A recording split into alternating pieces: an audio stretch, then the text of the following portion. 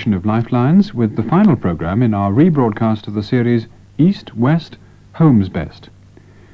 We conclude the series with a programme in which individuals from the Greek Cypriot community talk about their expectations and experiences of life in Britain.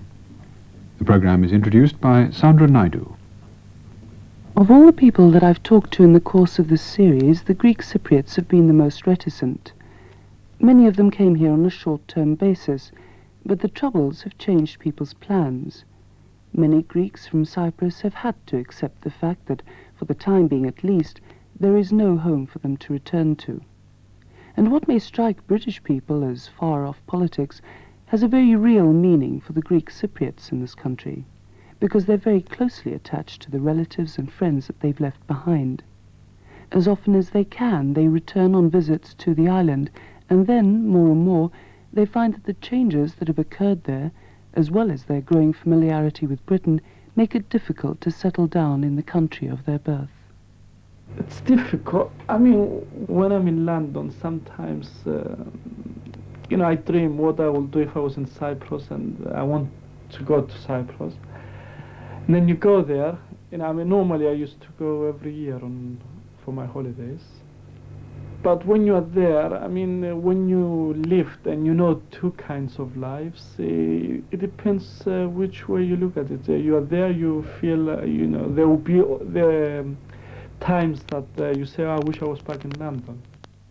Well, when I first came, I feel a bit strange because I came from a small town, and London is a very big place, of course. It was raining that day. And it was summer especially, and I used to go to swimming, and we had a nice days in Cyprus in summer. And when I came here, I found winter, which was a bit confused, I didn't like it first. Well, it looked something like out of the movies, really, with all the cars moving around and very much traffic on the road, high buildings, and the moody weather. Well, I come from a village. It is a small village, consists of something like 600 people. Mainly the people are, peasants, you might say. They work all day in fields. I was 16 years old. Back home I used to have a good job. I used to drive one of those heavy tractors. I used to earn a good living. So when I came here, I used to earn £3 a week. My parents came first, and I stayed with my grandparents. It was like a trial when they came to see, if they would like it and if they would like us to live here.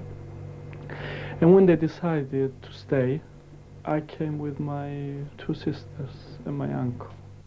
If you live in a small place, then you look forward to going somewhere where, you've got more opportunities of achieving what you want to do in life.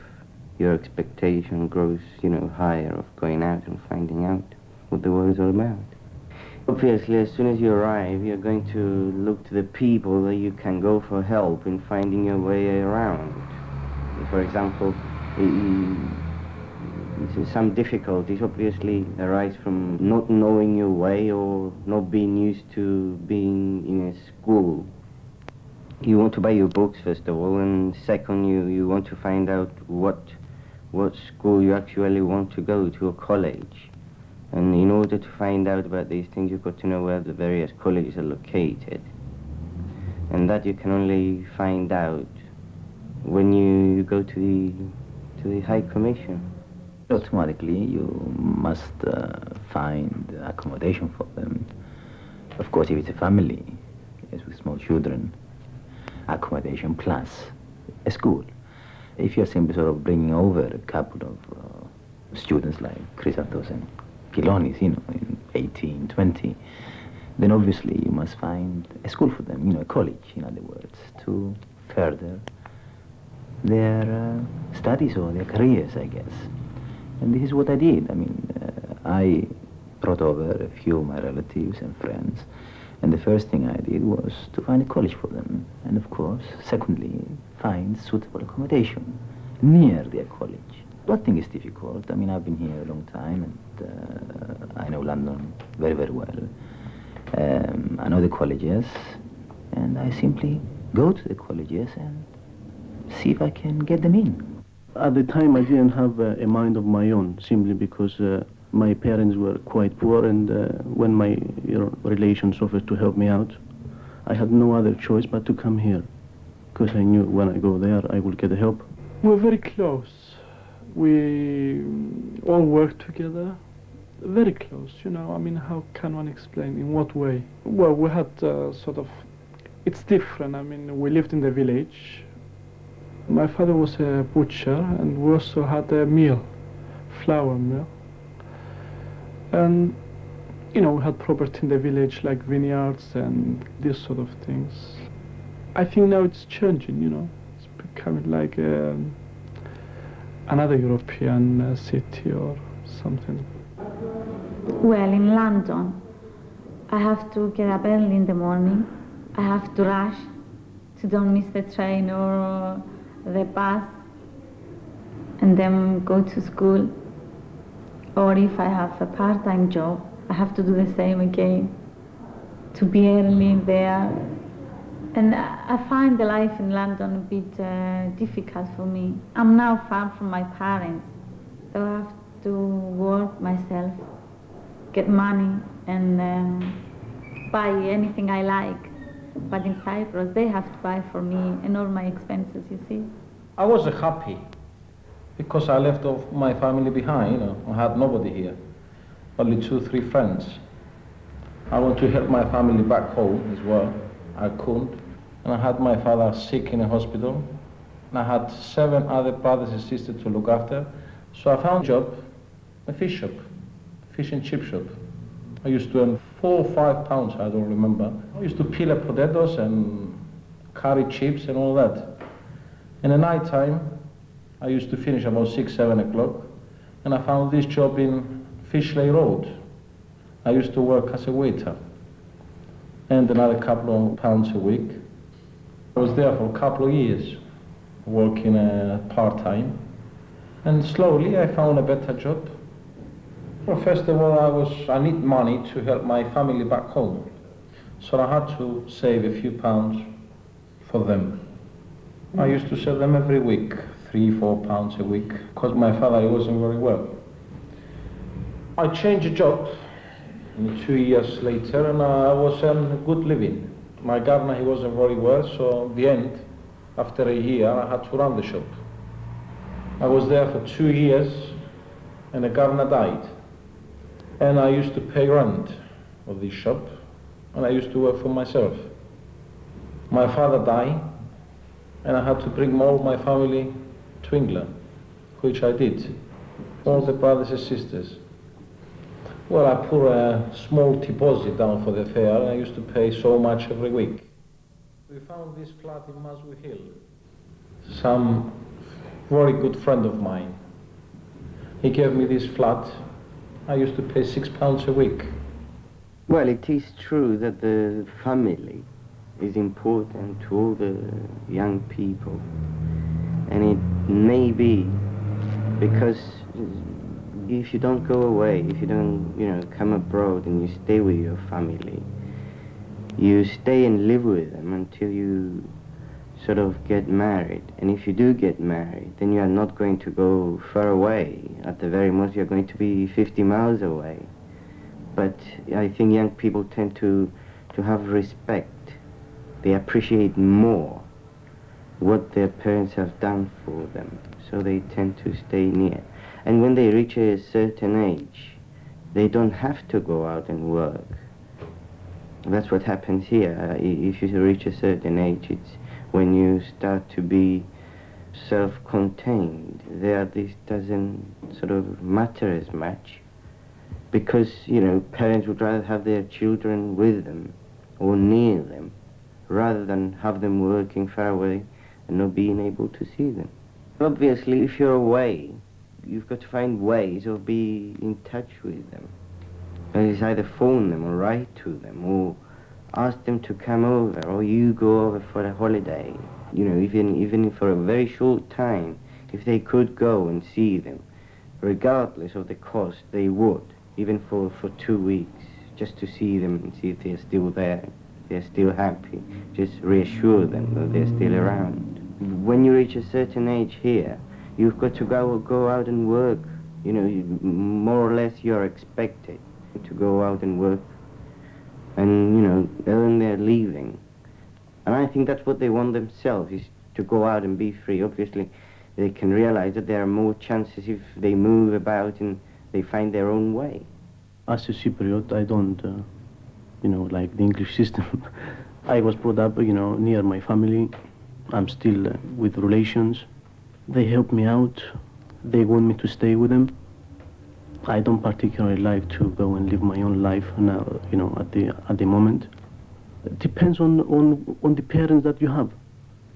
If your parents are strict and you know, they want their family to stay together, the closeness, then this varies a lot. And afterwards I got engaged. We come from the same village with my mother-in-law. I met my wife in a wedding. Were they deliberately looking for a Cypriot wife?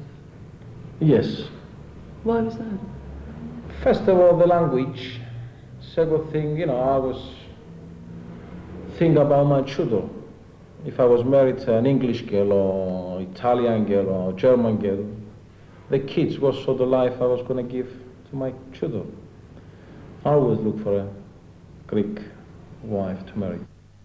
The English, I think they are more free than the Greek people, from Cyprus especially for girls.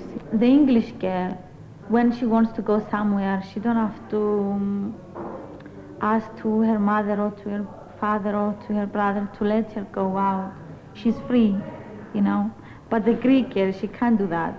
She have to say, mother, I go there, and she have to find many excuses. In some ways, I would like to be in English family. Well, I'm not married to a Cypriot girl. She's Ukrainian. Therefore, I don't think, from the point of view of Cypriots, it's absolutely necessary that they should marry to a Cypriot girl. My family insisted that, first of all, maybe this is what I'm going to say now is one extremistic view that they have, but they want her to be as clean as they are and have the sort of same principles, such as going to church and be hospitable and this sort of thing. That's what they insist on. How did your wife react? Well, I can say that she's got the same background as them. Therefore, there is no, you know, there hasn't been too much objection. When I say it's important to marry a Cypriot girl, you see, what I really want to say is that if, you see, the characters match, then I think it's okay. Obviously, one prefers to marry someone of his own kind or her own kind, simply because of the customs, you see, of their people, the way they are brought up, their families, and things like that, you see. And we all like to keep together, you see, and that's why I think that it's important that we also marry with one another. When we got engaged with my wife, we worked for 5-6 months together, and I saved £1,000 and I bought a house in Haringey. When we get married, everybody had to pin money on the bride, you know. Can you describe the wedding? Well, it's nice because you find something to start with. You spend some money on the wedding, drinks and things like that. All the people who come to the wedding, they have to pin some money on you. They give you a present. I had over 1,000 people. I had 65 best men and 82 women, best women, which they pay £5 each to be a best man, and the women they pay £1 each. Where do you find these people? Are they relatives? Well, relatives and friends and neighbors and all that. Where I come from is quite a few people in London.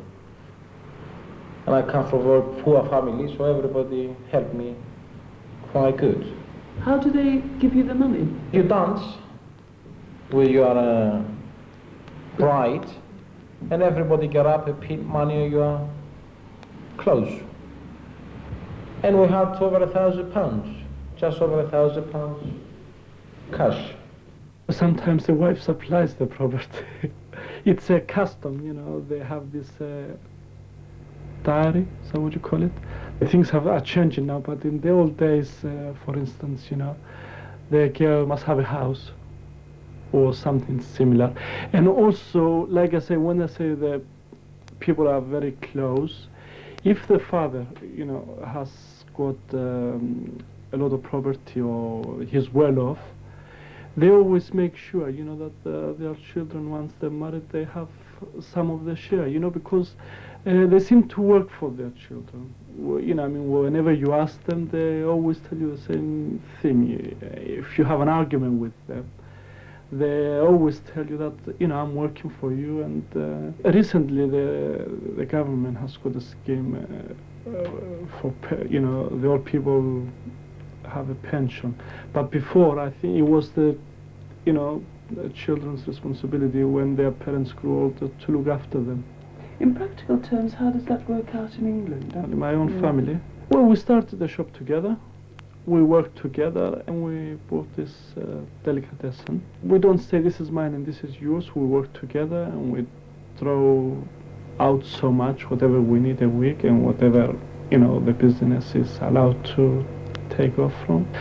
We just run the shop, you know, like a family shop. We work long hours, but because it's a family, we take it in turns. My father will do the market, the fruit and vegetable, and we'll come to a shop with my sister in the morning, or one morning I'll come early and she'll come late. Well, we understand each other. You know, more or less I'm in charge in the shop. And the main thing was I couldn't speak English. My English was well, yes and no. There I didn't have to speak a lot of English. Fish and chips is nothing. I used to peel the potatoes and carry the chips and serve the same time. English, they don't want to work in all these hours. Fish and chip shop, you start work very early, going to the market. You had to go to the market to buy the fish, and you work all night to 11, 12 o'clock. So English people, they don't want to work all these hours. It is English custom, but I'm afraid now the 99% is Greeks and Turks and Cypriot people, they have the fish and chip shops.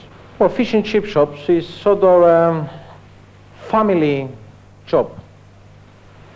Like me now, I've got a fish and chip shop, I run it, me and my wife.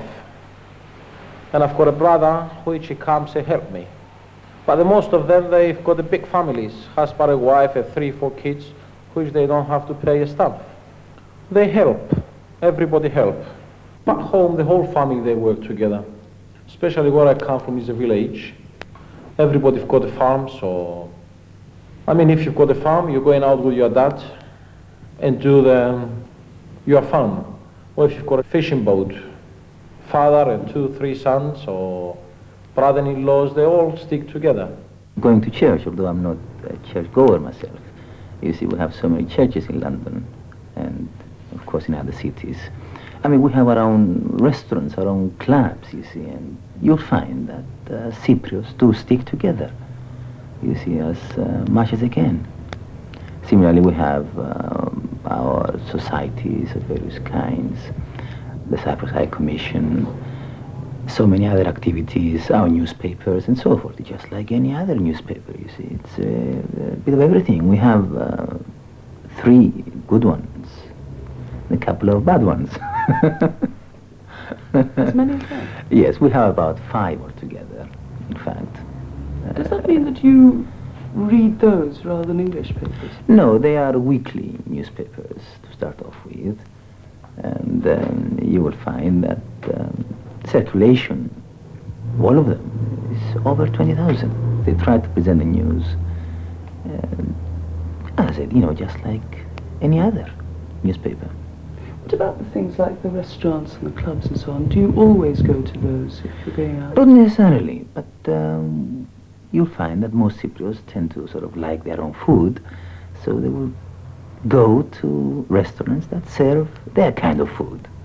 You see, it's like Indians going to a curry restaurant. You see, we'll go and have kebab and so forth. Well, I like to go to Greek places because they remind me my place, my Cyprus. When I'm going to, for example, Trepuzoukia, I think I'm in Limassol. They're all Greek songs and dance and everything. The English life is good. I didn't say it's not good. I never cook English food and I don't like English food.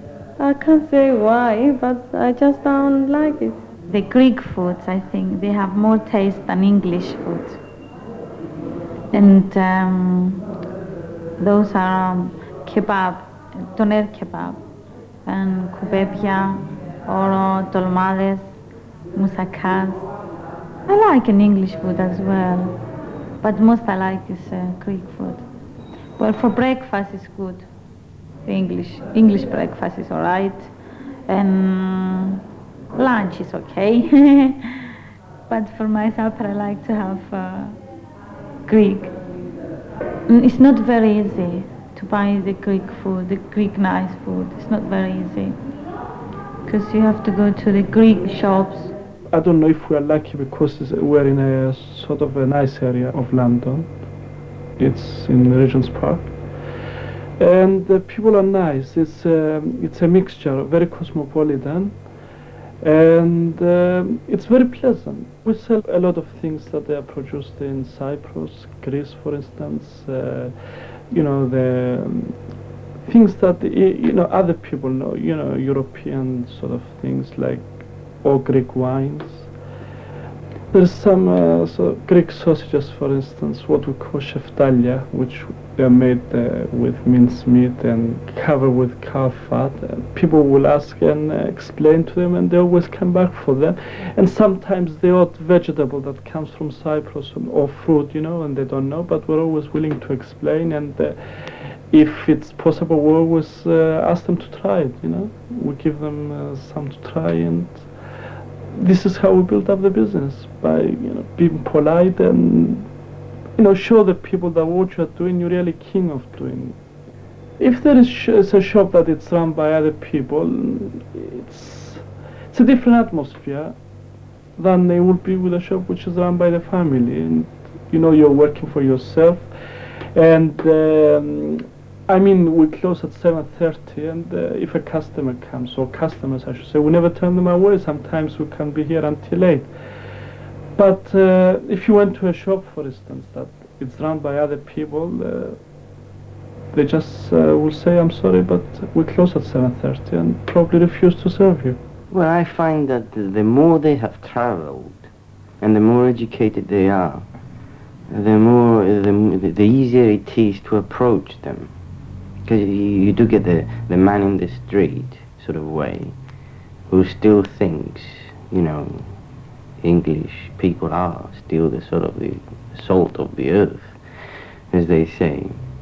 But I think the more, you do get the open-minded English people who are very as pleasant as anybody, humor and open-hearted and hospitable. Especially the Cypriots born in this country are as English as the English. They speak the same language, with the same accent, etc. So they just can't tell them from their own kind, I guess. Well, I think English people tend to spot either Greeks or Cypriots because of the way they behave. They get uptight quickly, first of all. Well, Greeks do get emotional or angry, or they laugh easy. They sort of spontaneous people, let's put it that way. I think that's the best description. English people could not be like that, mostly, because most of them live in, the people, especially the people who live in big cities, they cannot be like that. Because if they try to get involved with whatever happens around them, they are going to be so busy that they cannot cope. Therefore, a certain degree of being reserved is necessary. Otherwise, you cannot cope. Because we work long hours, we always take the opportunity in the evenings, and whatever we try and do as much as possible, like going out or to a good movie or a theater. You know, Sundays, if it's anything interesting, we try and do as much as possible, or different sort of things. Or if you're working in a shop, you know, you'll always know what's going on. I have friends, a lot of Greeks. I keep with Greek traditions. We go out to Greek restaurants, and like I said before, I enjoy being with people. I like to, you know, we could go and sit there and have a drink and talk, you know, all night. Probably I could do that. Well, you've got everything there. First of all, it's the weather. You've got the sea. You've got the mountains.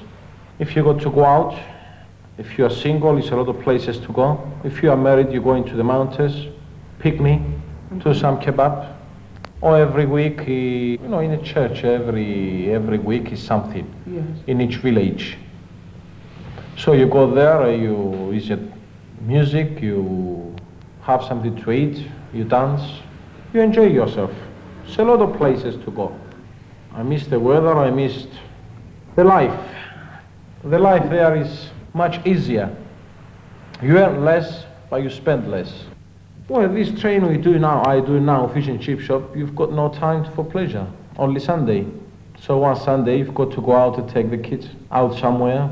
Well, I would like to bring him up and speak both languages, Greek and English, because I think it's a parent's duty to bring up children to speak both languages, because sometimes when they grow up, they could always turn back and say it's your fault, you know, you didn't teach me your own language, for instance, you know. So I think I would like him, well, if it's a boy like this, to be able to speak both languages. Obviously, you know, he will be educated in an English school, but there is ways of teaching one's own language. What about, I mean, the English children that you know or that you see? Is there anything about their behaviour that you don't like, that you wouldn't like your son? I think this depends on the individual. Like, I mean, you could meet a lot of Greeks that you wouldn't like your children to be like them, and the same with English. You know, it depends on the individual family, you know. I mean, I can't say that everything we do is perfect. I mean, you like I say, you meet a Greek family and you say, my God, I will never want my children to be like them. And the same applies with English. But in general terms, is there anything that you think is true about this society which you wouldn't like your children to become? Well, this day and age, you cannot do it by force. I mean, even you know, I think the very old customs, some of them are dying off, you know. I mean, you cannot do it by force, you know. I have changed a little bit, but that is up to the individual, how much, you know, one likes English. And if he does, he's going to let himself go and, you know, allow himself to go to pubs, for example, or to go to the park, or, you know, eat English food. It's up to the individual. But if one is, you know, has the pride, then he'll avoid that. I'm still a Cypriot, of course. I did say before that I do try to mix with the English, and I have many friends. Obviously, I tend to sort of keep with my own people, you see, for obvious reasons. I mean, everyone really wanted to go back one day, or someday, to Cyprus. The same with me. I had a desire, and I really did want to go back to Cyprus. That was the last programme in the series East, West, Home's Best. It was compiled and presented by Sandra Naidu.